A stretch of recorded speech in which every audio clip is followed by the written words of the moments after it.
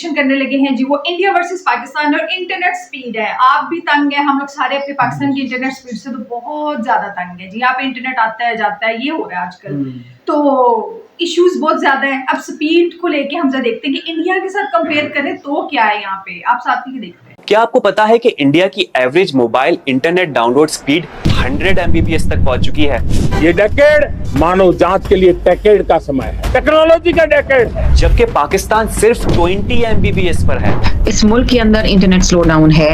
जब कभी कोई धरना या कोई और चीज आती है तो ये तो बिल्कुल ही बंद हो जाता है। और ब्रॉडबैंड का फर्क तो और भी ज्यादा है। सोचने वाली बात है ना। आज हम बात करेंगे कि इंडिया और पाकिस्तान के इंटरनेट स्पीड और टेक्नोलॉजी में ये डिफरेंस क्यों है। प्लस हम ये भी डिस्कस करेंगे कि वो चैलेंजेस जो पाकिस्तान को पीछे रखे हुए हैं और क्या हम इस गैप को फ्यूचर में ब्रिज कर सकते हैं।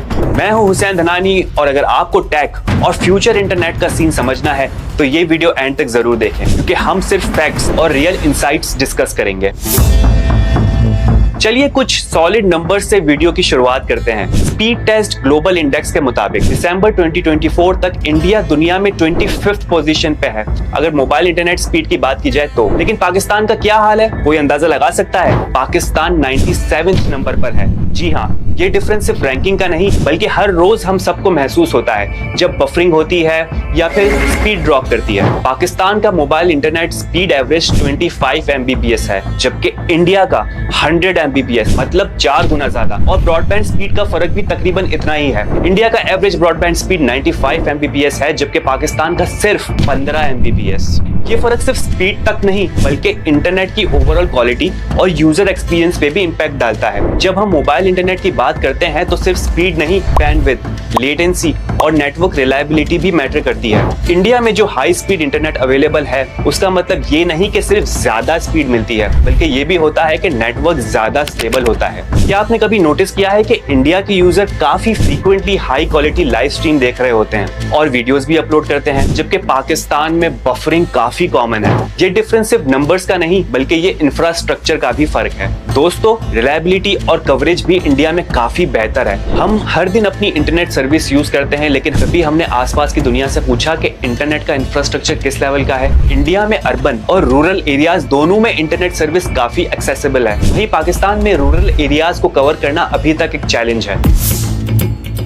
अब थोड़ा इंफ्रास्ट्रक्चर का जायजा लेते हैं। इंडिया ने पास्ट में कुछ सालों में मैसिव इन्वेस्टमेंट की है फाइबर ऑप्टिक नेटवर्क्स और 5G डिप्लॉयमेंट में। 2023 के एंड तक इंडिया ने 4 लाख किलोमीटर से ज्यादा फाइबर ऑप्टिक्स केबल बिछाई थी, लेकिन कंपैरिजन में पाकिस्तान का total fibre optics cable network अभी सिर्फ 1.5 लाख किलोमीटर है। ये 3 टाइम्स का डिफरेंस है, मतलब पाकिस्तान को अपने नेटवर्क को तेजी से एक्सपेंड करने की जरूरत है। 5G डिप्लॉयमेंट की बात करें तो इंडिया ने अक्टूबर 2022 में 5G लॉन्च किया था और पिछले ही साल में 50 सिटीज कवर कर ली थी, जबकि पाकिस्तान अभी तक सिर्फ ट्रायल फेज में है और कमर्शियल लॉन्च 2025 के एंड तक एक्सपेक्टेड है।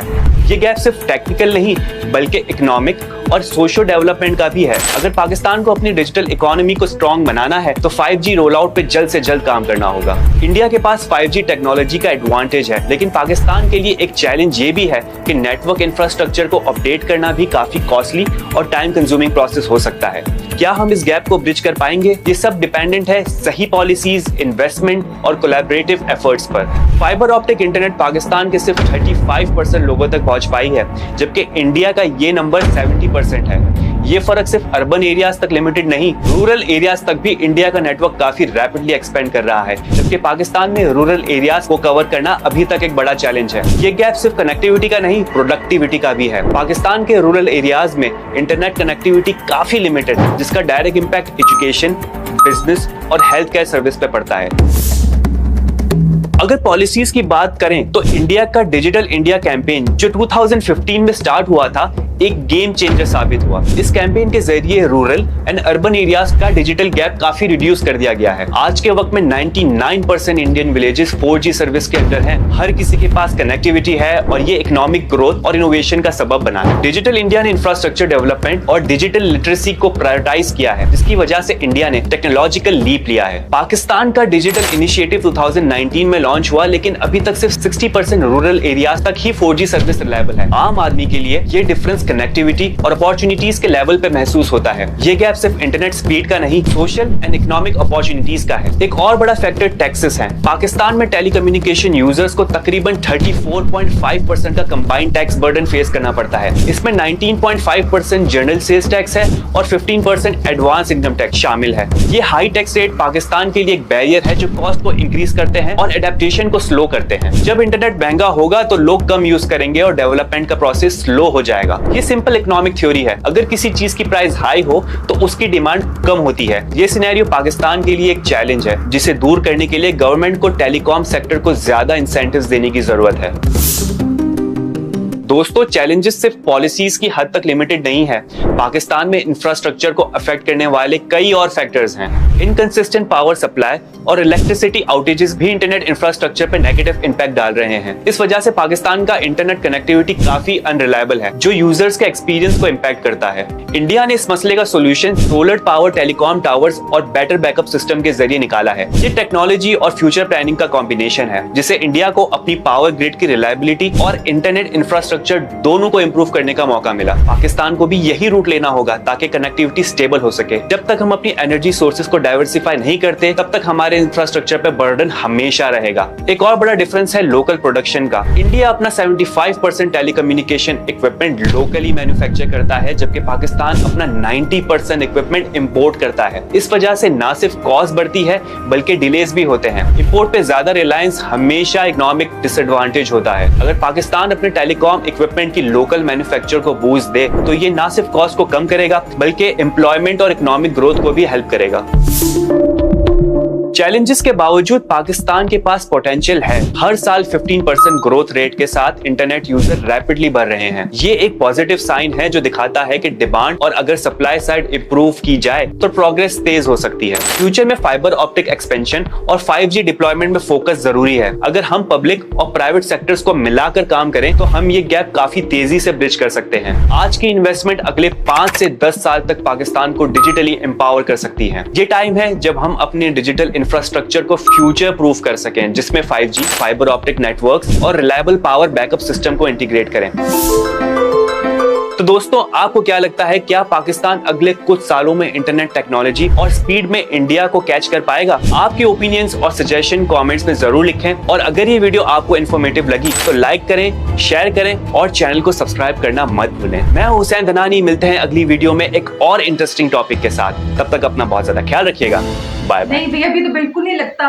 लगता है आपको कि हम इंडिया के साथ चल भी सकेंगे? वहां तक पहुंचना तो बड़ी दूर की बात है। 3-4 गुना ज्यादा हमसे इंडिया आगे है हर फील्ड में, पैसों में भी। आपकी पता है वहाँ की करेंसी भी हमसे पावरफुल है। तो जी, अब इसी तरह इंटरनेट भी देख लिया। हमारे यहाँ लाहौर जैसे शहर में भी 4G सही चल जाए तो बड़ी बात है। और रूट हमारे यहाँ दही इलाके जो देहात वगैरह है उस साइड पे तो आप बस पता नहीं, वो तो हम यहाँ नहीं है तो वहाँ क्या होगा।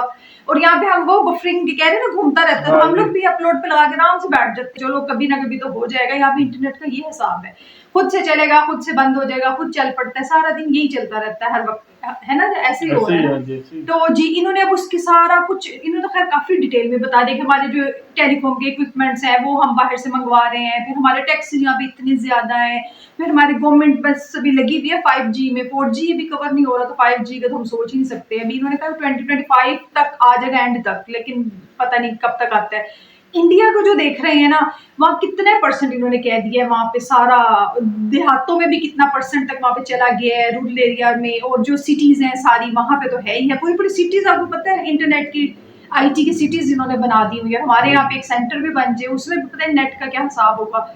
तो बस जी, यहाँ तो बस ऐसे ही है। और जो ये कह रहे हैं कि इंटरनेट की वो बढ़ते जा रहे हैं पाकिस्तान में यूजर्स, तो वो भी क्या यूज हो रहा है वहाँ पे इंटरनेट पे?